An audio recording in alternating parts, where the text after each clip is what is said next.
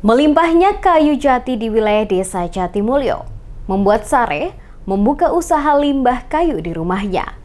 Ide kreatif Sareh mendaur ulang kayu menjadi suatu barang yang bisa dijual, membuat Satgas TMMD penasaran.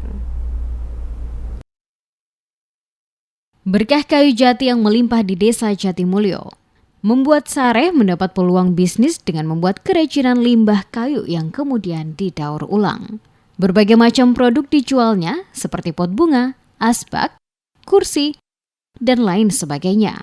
Harganya pun bermacam-macam, tergantung model dan ukuran. Ide kreatif Sareh mengubah limbah kayu menjadi suatu barang yang berharga, membuat Satgas TMMD penasaran. Oleh karenanya, mereka mengunjungi usaha kerajinan milik Sareh.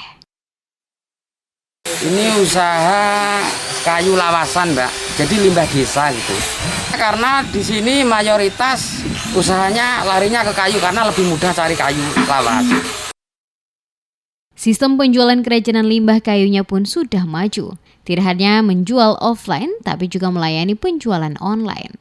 Sareh merasa terhormat karena dikunjungi oleh anggota Satgas TMMD. Sareh berharap kedatangan TMMD dapat membawa berkah dan usahanya akan semakin meluas.